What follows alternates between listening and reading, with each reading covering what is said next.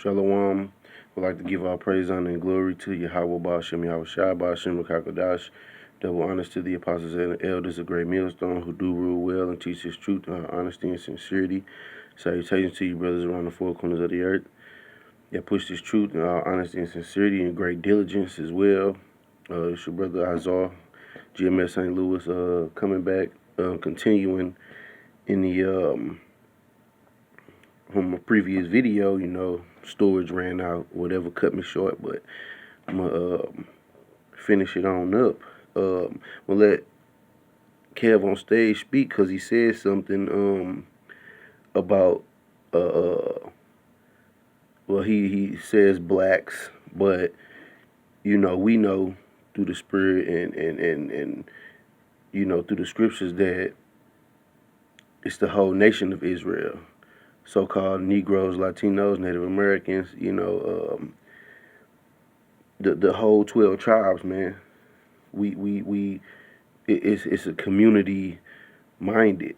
But I'm gonna let him voice it, and I'm gonna grab some scriptures. That's often made is like what people don't like is the stereotypical nature of a lot of black people. We are very community minded. Like I don't think that's ever gonna go away because we all basically want the best for our people. So we want us to be at our best. I think the problem comes in though, Now he said black people are very community minded, and here's the reason why. Because we all come from the same forefather, Jacob, and we descend from his 12 sons, and we were our forefathers were given a contract or a covenant with the Most High, and I'm gonna grab Deuteronomy chapter 8, and I'll start at verse 1, and then I'm gonna skip down to 18. All the commandments which I command thee this day shall ye observe to do, that ye may live and multiply and go in and possess the land which the Lord sware unto your fathers. So our forefathers entered into the contract with the Most High, and the Most High said it was going to be for all generations. So still to this day, we bound by that contract, by that covenant. And thou shalt remember all the way which the Lord thy power led thee these 40 years in the wilderness, to humble thee and to prove thee and to know that was in thine heart, whether thou wouldest keep his commandments or no. I'm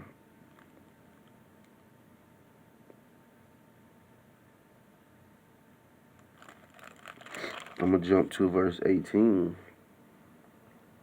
And it reads, but thou shalt remember the Lord thy power, or thy God, for it is he that giveth thee power to get wealth, that he may establish his covenant, which he sware unto thy fathers, as it is this day. And it shall be, if thou do at all forget the Lord thy power, and walk after other gods, and serve them, and worship them, I testify against you this day, that ye shall surely perish. As the nations which the Lord destroyed before your face, so shall ye perish, because ye would not be obedient unto the voice of the Lord your power. And so that's why our people are, quick to shun certain behaviors, man, because in their spirit they know that certain things is just like, hey man, nah, we don't get down like that. We don't do this. We don't do, and it should be all the way across the board with wickedness,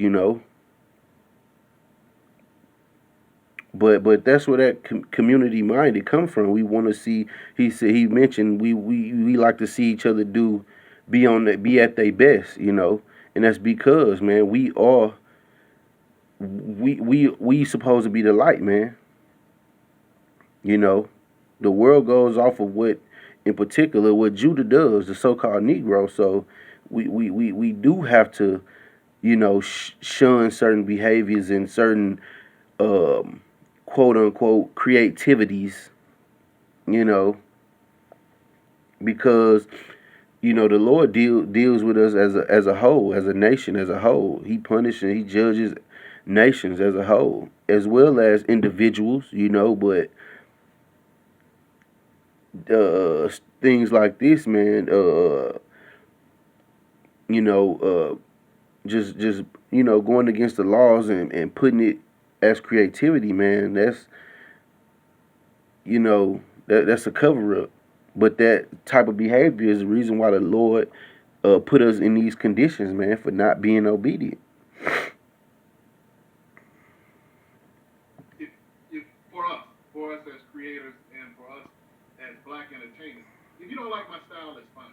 If you think I'm whack, that's fine. But I think when people place that and you know this, when they place that, hey, you're hurting the black race, that's when it becomes that's when it cuts to us. When we're judged not by our talent, but by what we're doing and how it's affecting the black community. That's when take it, to like, because we just go out and we put out funny content. A lot of times when we're doing things, we're not weighing in our head, okay, how black people gonna see this? Is this gonna set us back? We just go and your creativity can become stifled if every time you got ready to do a skit or comedy, you had to give it the black litmus test. Yeah. And the black litmus test.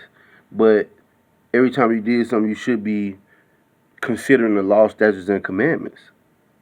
That's what you should be considering. You know.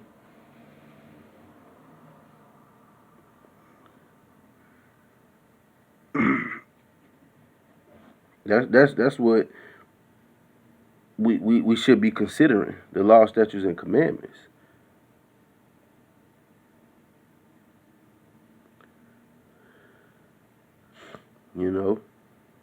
It's see, our people want to be joined unto this place, and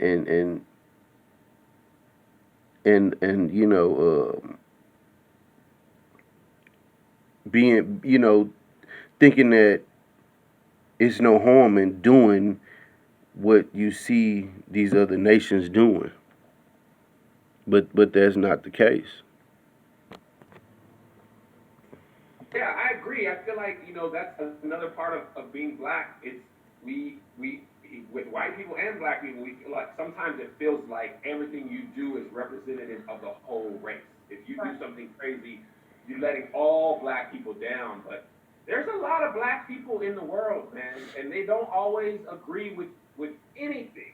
You know what I mean? Like we are very community minded, but we're not a monolith. You know what I mean? So I think it. But he said we not a monolith, but really we should be. Really we supposed to be. We are supposed to be set on following the law, statutes, and commandments, man, of the Heavenly Father, which He gave unto our forefathers, and it's still in effect to this day.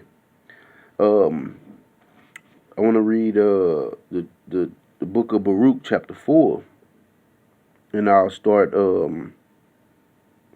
at verse 12. Let no man rejoice over me a widow, and forsaken of many, who for the sins of my children am left desolate, because they departed from the law of Yahweh. They knew not his statutes, nor walked in the ways of his commandments, nor trod in the paths of discipline in his righteousness. Let them that dwell about Zion come and remember ye the captivity of my sons and daughters, which the everlasting hath brought upon them. For he hath brought a nation up on them from afar, a shameless nation, and a strange language, who neither reverence old man nor pity child. These have carried away the dear beloved children of the widow, and left her that was alone, desolate, without daughters. And that's talking about Israel as the nation of people.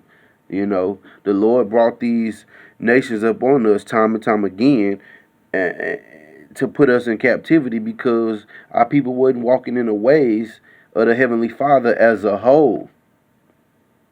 You know, you had people that were keeping the law, but they went into captivity as well.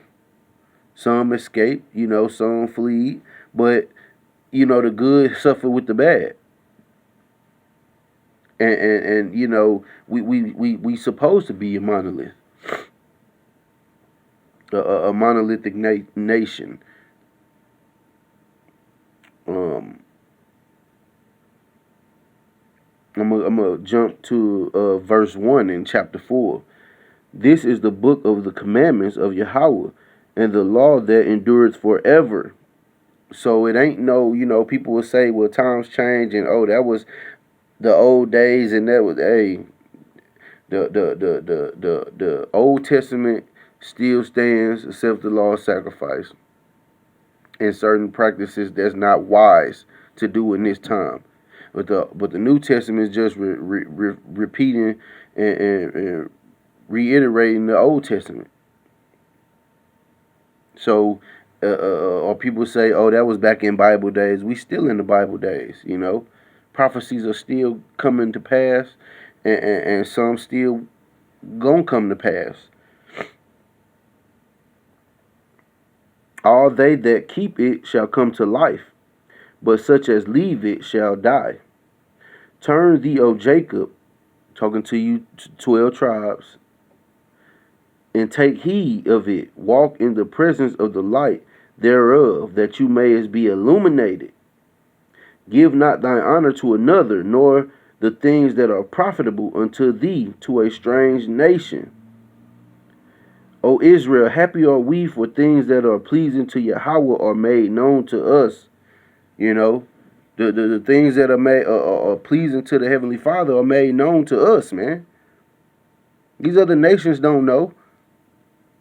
That's why they heathens. But it said, turn thee, O Jacob, and take heed of it. Walk in the presence of the light thereof, that thou mayest be illuminated. See, these guys are trying to be illuminated through Esau, man.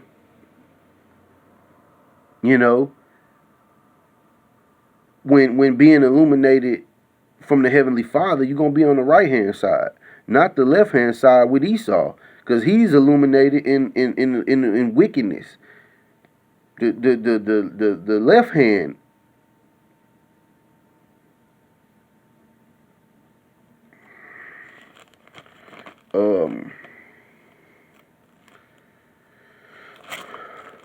I'm gonna jump to First Maccabees chapter 2.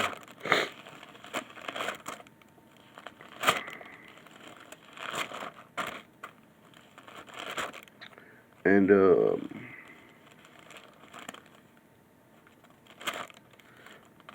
2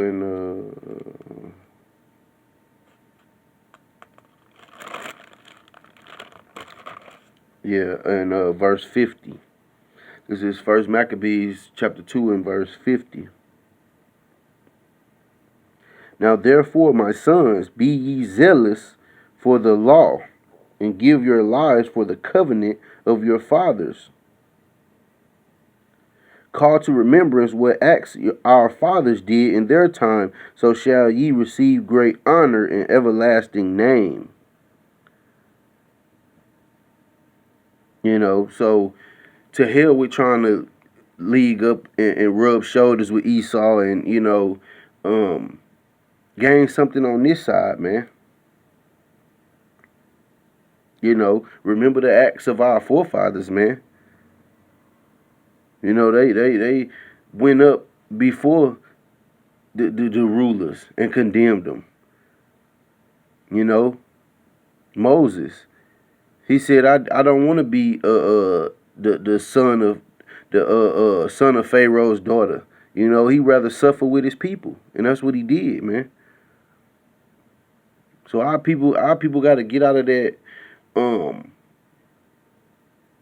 thinking they better than the rest of their people because they make it to Hollywood, or they famous, or in a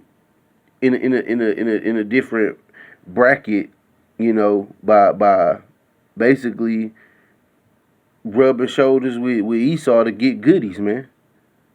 You know, keep some integrity, man, and remember, these people are your enemies, man. You know, with that, I hope this has been an edifying lesson. I'm going to say Shalom, Abba Ba, and Kwam Yasharala.